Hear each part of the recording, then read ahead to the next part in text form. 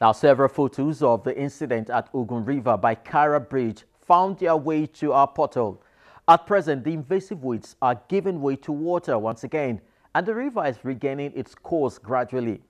Well, over the weekend, our research team from the University of Lagos visited the area for a field trip, and we caught up with them. It was a harvest of shock and amazement when residents woke up to see what became of Ogun River by Kara. It's just like a miraculous thing. A platform bigger than several football fields had appeared overnight, and it triggered various reactions.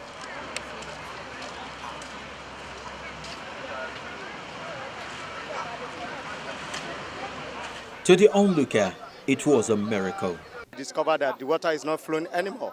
We said, what is all this? Everybody coming to see that, can we trek on this? But we try to see that it's trekkable, that people can walk on it. We started jumping that, this thing is not going down. What is happening? We think that it's only this place.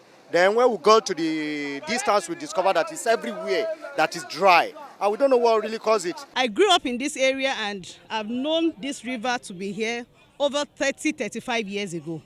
And it's so surprising to see that everything has just changed all of a sudden. As the total coverage of the river's surface by these invasive weeds continued over a few more days, it became pertinent for the Ogun State government to wade in. Well, I wouldn't say it's a part of the river has dried up.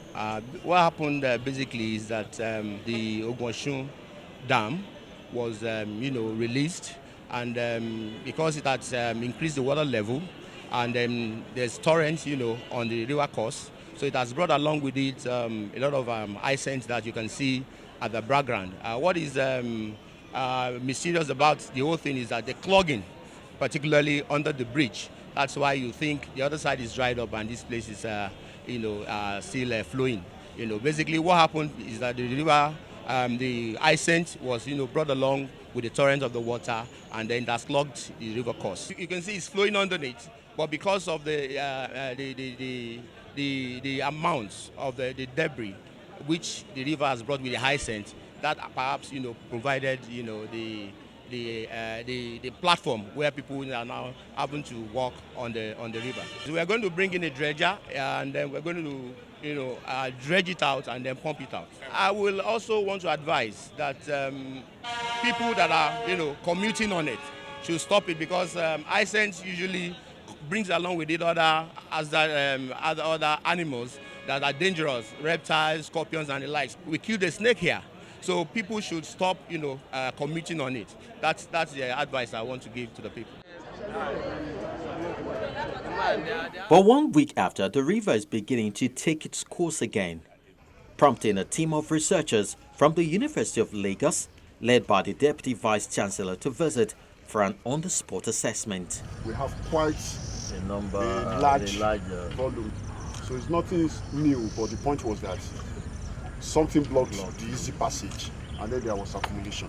As far as they're concerned, the phenomenon is as a result of growing human activities around the axis. You have the animals and other things that they get from they are working on being dumped into the river. And also you have construction work going on here, where the people will throw part of the bamboo into the river, and because of that, you have that blocking the pathway through which the river is supposed to flow past the foot of the bridge. With that, we have the accumulation of water hyacinth. With the accumulation of water hyacinth forming, they now form a mat on the river. With that, you have the water coming from the other end, from the other side of the river, the upper side of the river. The speed, when it gets to that place, it reduces. And with that, the sand that is coming, the undercurrent, will now reduce the speed of the sand that is supposed to pass through that place. And the sand started accumulating. With that, you have the accumulation of the sand. And water is an annual plant. After some time, it will die off. Now the water hyacinth is accumulated there, forming the mats, and the base of it. That is why you have the depth of the water hyacinth up to about 50 centimeters. 50 centimeters there, and that is a thick layer. We have the sand there, so people can walk across. But the problem is that it is only the people that understand the terrain that can walk across. If you don't understand the terrain and you try it, you will sink.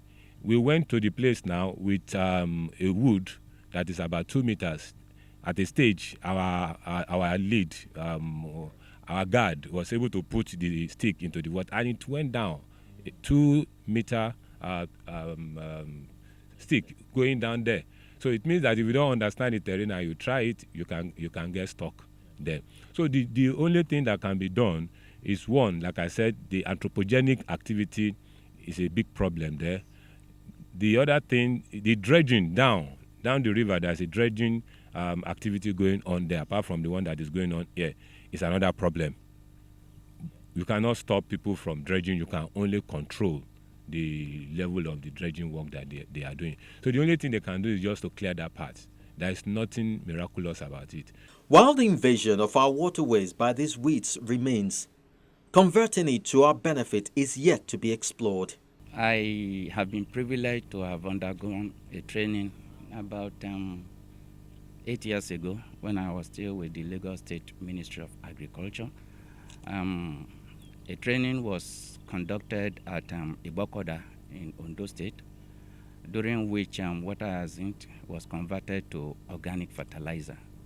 And the intention then was for it to be produced on a commercial state level, but up till now, nothing has come of it.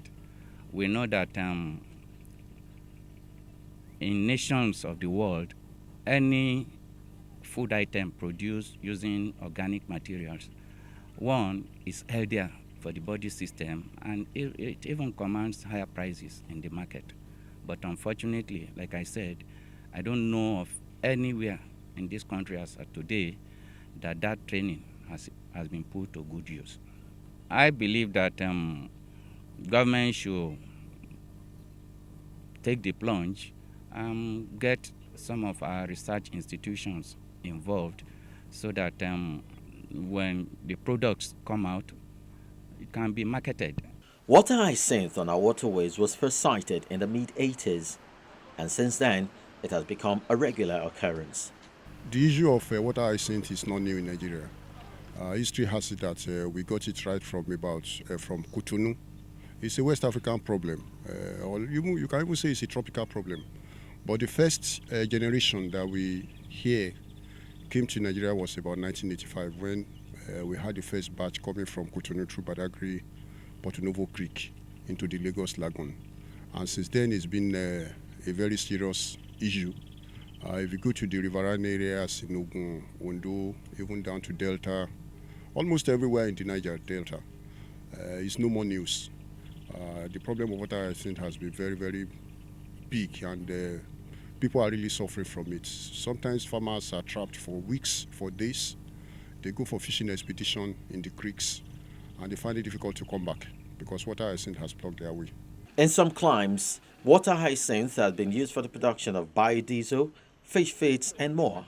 But Deputy Vice Chancellor speaks more on this. If you look at in East Africa, you can use it to make your foot mat, to make a bag, to make a basket, and the organic fertilizer he's talking about.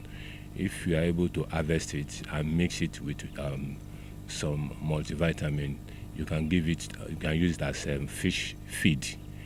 Not only that, you can use it for animal feed. So there are so many activities, there are so many things that you can get from the water hyacinth. It's not totally enemy of man, but it's supposed to be used by man for the benefit of man. No doubt, it's a welcome development that the river flows again. But it's important for the Ogun State government to increase its presence in this area, not just for toll collection, but also to effectively check various unwholesome activities in order to sanitize and obviously degrading environment.